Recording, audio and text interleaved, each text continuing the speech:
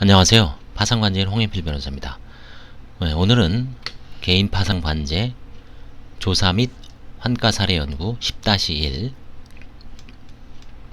편파행위 변제편에서요. 관제인이 편파행위는 맞지만 부인권 행사를 포기하는 사례가 16개가 있습니다. 이걸 한번 쭉 몇 개씩 묶어서 한번 살펴보기로 하겠습니다. 일반 채무자분들 입장에서는 이런 사례를 한번 유심히 청취하셔서 자기하고 유사한 사례 있을 때 한번 잘 적응해보면 좋을 것 같습니다. 포기 사례 1번은 조카와 친구 편파 변제 금액이 소액이어서 포기한 겁니다. 소액 채무에 조카와 절친에게 편파 변제한 금액이 편파성이 심하여 부인 청구를 시도했습니다. 그러나 부인 상대방이 인적사항을 특정하기가 불가능하므로 부인 청구를 포기했습니다. 만약에 이게 큰 금액이었으면 면책 불허가 사유로도 의율할 수 있을 정도로 편파성이 너무 심하면 불허가 내리고 종결할 수도 있지만 이 편파 변제한 금액이 심했지만 금액이 소액이어서 이제 인적사항을 특정하기가 힘들어서 이제 부인 청구를 포기한 사안입니다. 주거관계를 보시면 2009년부터 무상거주했고요. 주로 무상거주를 했습니다. 이제 여고를 졸업했고요. 2008년부터 11년 사이에 주로 이제 2008년에 커피 전문점을 실패하고서는 주로 아르바이트로 이제 적은 소득으로 지내고 있는 것 같습니다. 자녀들은 조카와 같이 살고요. 형부, 언니, 조카, 그러니까 형부 가족들한테 무상으로 거주하고 있습니다. 총 금액은 대략에 한 5천 정도 됩니다. 배우자, 그러니까 주로 여자분들 채무가 뭐 사업을 크게 안 하신 분들은 대개 한 3천에서 한 6천 정도가 가장 많더라고요. 그러니까 5천 넘으면 사실은 이제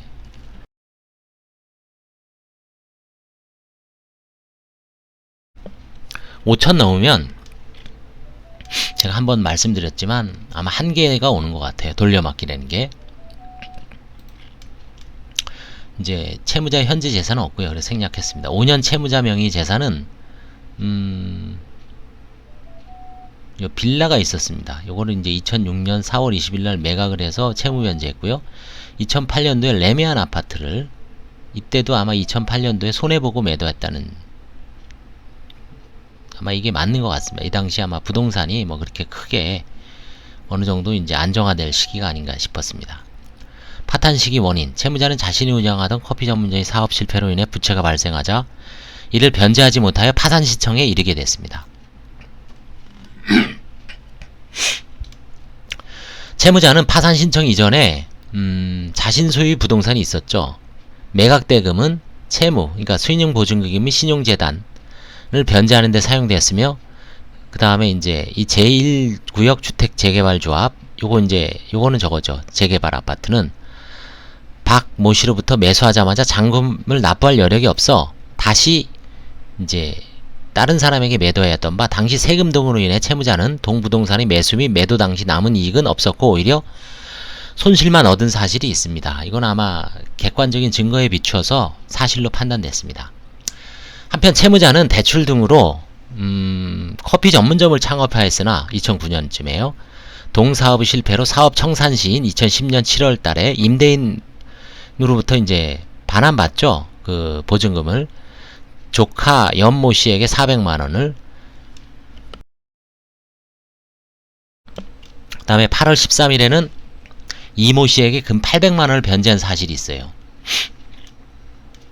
뭐 편파 변제죠. 아까 5천만원의 채무인데 조카 400만원, 개인 채권자에게 800만원, 1200이니까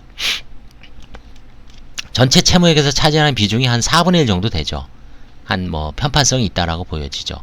이는 다른 채권자들 해야 하는 행위로 편파 변제에 해당합니다만, 그래서 이제 부인 청구를 한번 관제인은 검토를 해봐야 되는데 부인 청구를 포기했습니다. 관제인은 채무자가 사업 청산 시 임대인으로부터 반환받아서 조카에게 400만원, 개인 채권자에게 800만원을 변제한 사실이 있는 걸 이제 밝혀냈었죠.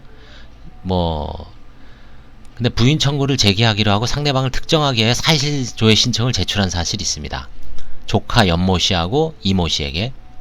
그러나 현재로서는 상대방이 주소를 파악하기도 어려우며 더불어 추가 조사에 따르면 채무자는 이모 씨 및 연모 씨에게 변제기에 이르러 변제하였다고 진술하였으며 자신이 생활이 어려워 연락도 이 채권자들과 연락이 전혀 이루어지지 않는다고 진술하였습니다. 그래서 사실은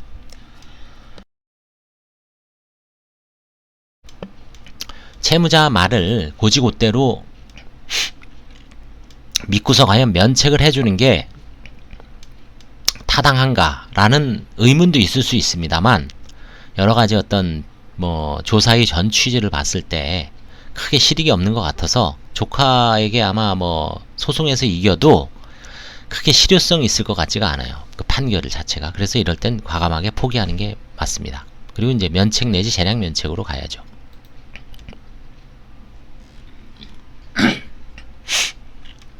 그래서 법원에서는 관제인은 부인 청구를 포기하고 갱생을 위하여 파산 절차를 폐지하는 것이 타당하다고 이제 건의해서 이런 판단 의견으로 올려서 넘어갔습니다. 아까 1번도 이제 편파 변제액이 전체에서 차지하는 금액이 25% 정도죠. 이것도 마찬가지입니다. 인적사항 불특정되고 부인 청구가 불가능하죠. 재량 면책을 했습니다. 이 사안의 특징은 부동산 계약 시 속칭 업다운 계약 조사의 어려움입니다. 신빙성 및 자료 제출 완비하더라도 이건 항상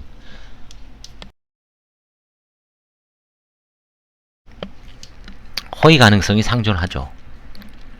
이거는 법원에서 부인 청구를 허가받았으나 부인 청구 실효성이 없어서 포기했습니다. 취하했습니다. 당사자 인적사항을 특정하기가 어려워서요. 이것도 벌써 9년 전 사건이네요. 2008년서부터 10년 사이에 무상거주 하고 있습니다. 중학교 졸업했고요.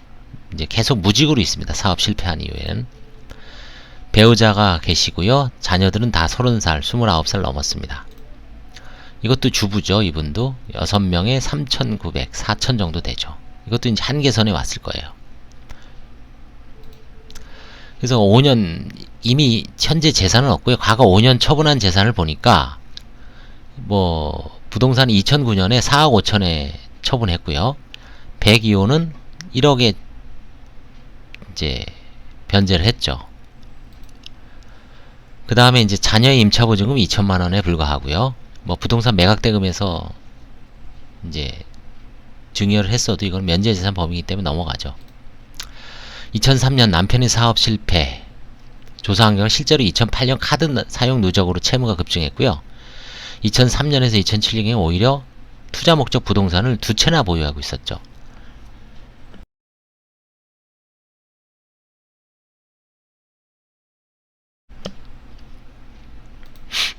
그래서 관세인의 조사 결과를 한번 보겠습니다. 201호 매매대금 사용 내역에 대한 허위 진술에 대하여 면책 불허가 사유가 존재합니다. 채무자는 이 부동산을 금 4억 5천만원에 매도하여 그중 4억 2천여만원을 채무변제에 사용하였다고 하면서 그 사용 내역을 제출하고 있습니다. 그러나 관제인과의 면담 결과 실제로 이 부동산은 매수인이 후에 양도소득세를 경감받기 위하여 실제로 3억 5천만원에 거래한 것으로 속칭 업계약서를 공인중개사를 통하지 않고 매수인 이모씨와 쌍방 합의하에 작성하게 된 것이라고 진술하고 있습니다. 따라서 채무변제에 사용한 내역서에 의한 금원 중 금융기관 채무를 제외한 일부 채권자 채모씨와 안모씨에 대한 금 1억원에 대한 채무는 실제로 발생하지 않은 채권이므로 부인권의 대상은 되지 않을 여지도 있습니다. 그러니까 이제 관제인한테 좀 거짓말한 거죠. 사실은 다운 계약서다. 업계약서라고 얘기했으면 되는데 실제로 3억 5천에 팔았지만 채무자가 매수인이 부탁을 하죠. 양도소득세를 자기가 나중에 전략하기 위해서 제가 취득록세는 어차피 매수인이 부담하니까요. 매도인 입장에서는 1가구 1주택이면 양도소득세 비면세일 거예요. 그러니까 이제 매수인이 4억 5천만원을 부탁을 하는 거죠. 실제로 3억 5천, 1억이나. 그러니까 이제 그 4억 5천을 맞추기 위해서 허위 채권도 넣은 거죠. 한편 채권자 박모씨와 한모씨에 대해 금 2천만원을 변제했다고 기재했으나 실제로 채무는 한모씨는 500만원, 박모씨는 1000만원입니다. 이것도 사실은 이제 편파 변제죠. 이것도 이제 약간 좀 고교 동창이니까 개인 채무를 변제한 것 같아요. 그래서 한모 씨와 박모 씨에 대하여는 편파 변제의 명백함으로 부인권을 행사할 예정이었습니다.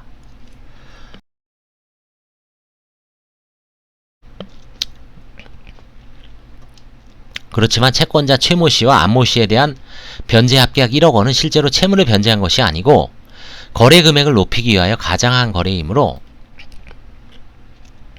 위 채권자들 4명을 상대로 부인 청구를 하여 채권자의 답변을 받은 후 아울러 매수인 이의대로 조사할 예정이었는데요. 가장거래일 경우에는 부인권이 대상이 되지 않죠. 채권자 최모 씨와 안모 씨에 대한 부인 청구를 취하하고 한모 씨와 박모 씨에 대해는 변제 금액이 크지 않으므로 적절한 금액을 이제 화해해서 환수할 예정이었습니다. 그래서 이제 재량 면책하는 거죠. 그래서 이런 걸 하기 위해서 부인 청구를 해야 되느냐, 과연 진상을 알기 위해서. 채무자 말만 믿고서 이게 진짜 4억 5천일 수도 있잖아요.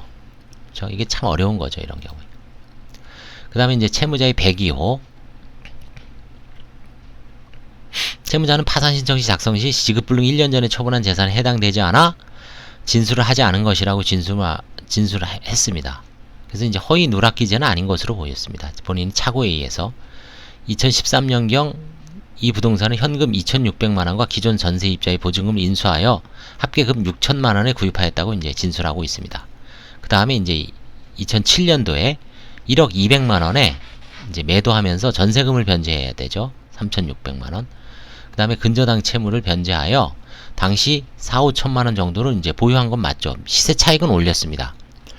이 금원의 사용처에 대해 당시 여동생에게 3천만원의 채무를 지고 있어 이를 변제했다고 진술했습니다. 개인 채무를 변제한 거죠.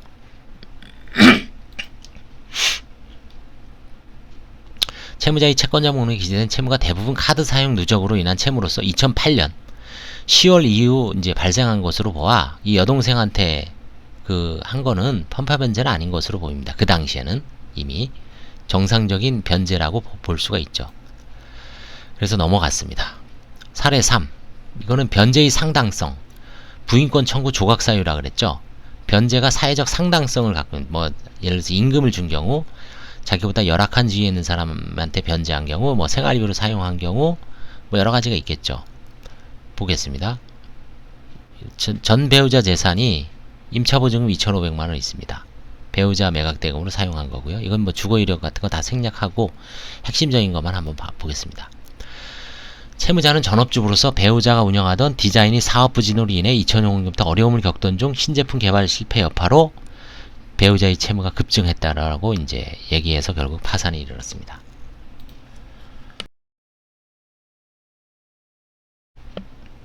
매각대금은 이제 편파 변제했는데 한번 볼까요? 채무자는 김모, 박모씨, 김모씨, 유모씨, 김모씨에게 각각 1,000에서 2,000 정도를 이제 아파트 매각대금에서 변제했다고 시인하고 있습니다. 이에 관제인은 이 편파 변제를 받은 채권자에게 정당한 변제인지 여부를 파악하기 위해 채권증서, 차용증, 각서, 입금 자료 등을 제출할 것을 요청하였습니다. 그래서 이제 이 자료를 제출받아 부인 청구 등을 검토할 예정이었습니다. 그래서 일부 누락한 사채 채권자 추가하여 채권자 목록을 수정할 것을 요구하고, 이거 개인 채권자 목록에서 제외하는 건 면책 불허가 사유죠. 그래서 이제 4명한테 과연 이게 부인 청구가 명백한지 이제 부인 청구 소송을 제기할 예정이었어요. 관제인이 조사 결과 매각대금에서 일부 편파 변제한 점은 시인하고 있으므로 자료 제출을 하면 이제 부인 청구를 할지 말지를 제가 검토하면 되는 거고요. 자료를 제대로 안 나면 이제 은닉일 수도 있죠. 그래 불허가 사유에 해당할 수 있다. 배우자 구모씨 금융거래 내역서, 채무자의 원리금 상환증명서, 편파 변제 및 누락 채권자 시인 메모지 이런 거를 이제 첨부했고요. 이제 그 이후에 어떻게 됐냐? 채무자는 남편 명의 호를 5억 3천만 원에 매도하는 과정에서 대부분 선순위 근저당권자를 비롯하여 채무 변제에 사용했으며, 이 아까 개인 채권자 4명에게 각 1,000에서 2천만 원 정도였다고 이제 했죠. 현재 채무자의 잔존 채무가 대부분 카드 사용 및 은행권이 마이너스 대출 채무로서 카드가 1,700, 카드가 603, 1,400, 생명보험 약관대출 금 1000만원, 총 5천만원의 채무가 잔존해요. 그래서 채무자의 채무상한 추이를 조사한 결과 아파트를 매도하기 직전인 2011년 7월경 카드에 금 312만원을 변제한 점, 아파트를 매도한 이후에도 은행의 대출 채무에 대하여는 비록 소액이지만 2011년부터 매월 10에서 40만원 등 총 70만원을 변제한 점, 채권자 목록에는 들어가지 않아 전액 변제된 카드 입금 내역서에 할 때 총 1600만원을 변제한 점, 그 다음에 이 카드도 이 기간 중 3200만원을 변제하고 잔존 채무가 3분의 1인 1700만원인 점에 비추어 결국 개인 채권자한테 1000에서 2000만원도 변제를 했지만 금융권, 카드 채무도 줄이려고 상당한 금액을 이제 변제한 자료를 제시를 했죠. 그래서 이제 이럴 때는 뭐 이제 제가 이렇게 판단한 겁니다. 채무자가 매도 전으로 채무 초과 상태에서 채권자를 해할 의도로 악의적으로 편파 변제를 한 것은 아니라고 보여졌어요. 이런 게 하나도 없으면 개인 채권자 홀랑 변제했으면 악의적이겠지만 해이성이 있죠. 근데 이거는 매도 대금에서 성실하게 카드 채무를 변제하려고 노력한 점이 있는 것으로 이제 판단했습니다. 한편 당초 채무자가 위 개인 채권자들에 대한 출금 내역만 존재하고 입금 내역을 제출하지 않고 차용증이 존재하지 않아 지인들과 공모하여 혹시 매도 대금을 은닉한 것인지 여부에 대해 조사하였으나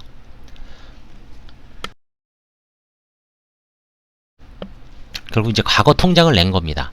김모 씨는 2007년 1월 11일 3천만원, 박모 씨는 2010년 11월 24일 1500만원, 그 다음에 또 다른 김모 씨는 2011년 6월 15일 금 1000만원, 유모 씨는 2009년 3월 10일 1000만원, 김모 씨는 2011년 4월 8일. 그러니까 2011년도에 이렇게 돈을 남편이 아마 디자인, 인테리어 같은 거 하시니까 돈을 많이 끌어다 쓰신 것 같아요.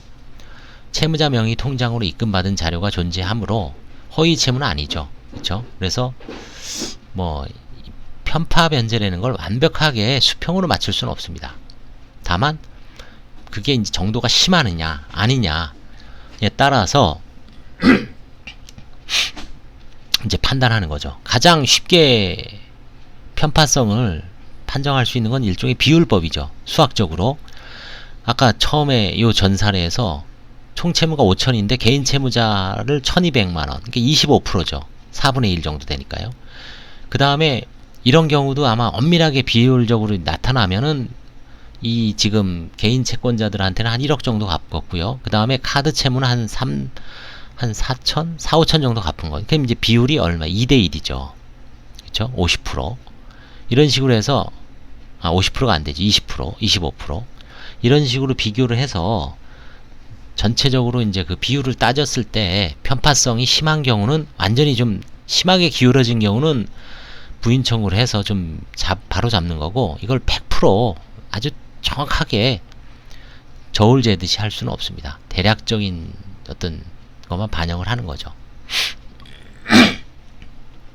그래서 이제 최종 결론은 이제까지 얘기했듯이 편파 변제의 악의성과 해이성을 인정하기에는 좀 부족하지 않았나 싶습니다. 그래서 이 케이스가 가장 아마 일반인들이 와 닿을 겁니다. 카드 채무를 나도 상당히 좀 카드도 변제했습니다. 개인 채무만 변제한 게 아닙니다. 관제인은 이제 개인 채무한테 이렇게 친구나 지인들 뭐 가족들한테 간 거를 이제 강조를 하죠. 밑줄을 쫙 그으면서 형광펜을 칠하면서 이거 뭡니까? 1000만원, 2000만원. 그런 것만 집중적으로 묻죠. 그때 이제 채무자 입장에서는 아니다. 이것뿐만 아니라 꾸준하게 카드 채무도 뭐 몇십만원씩, 몇백만원씩 변제를 했습니다. 그러면 이제 그거를 그렇다 그래서 부포하게 하는 게 아니라 그 비율을 보는 거죠. 과연 1년 동안 카드 채무를 뭐 300만원만 갚았어요. 근데 개인 채무는 3000 갚았어요. 너무 심하죠. 카드 채무를 300 갚고 개인 채무를 1000만원 갚았어요. 이것도 사실은 부인 청구는 원칙적으로 대상이 되는데 부인 대상인 상대방하고 화해할 때 금액을 참작할 수는 있죠. 좀 적게 가져오는 걸로. 그래서 이 케이스가 상당히 중요합니다.